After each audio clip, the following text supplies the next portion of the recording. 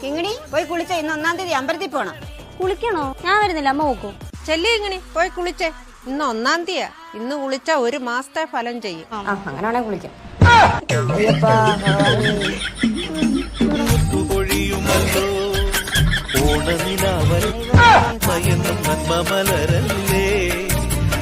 ഇനി വീട്ടിൽ പോവാം. മഹാദേവന്റെ അമ്പലത്തിൽ കൂടെ പോവാം. ഇന്ന് 1-ാം തീയതി അല്ലേ? ഭഗവാനെ മഹാദേവ.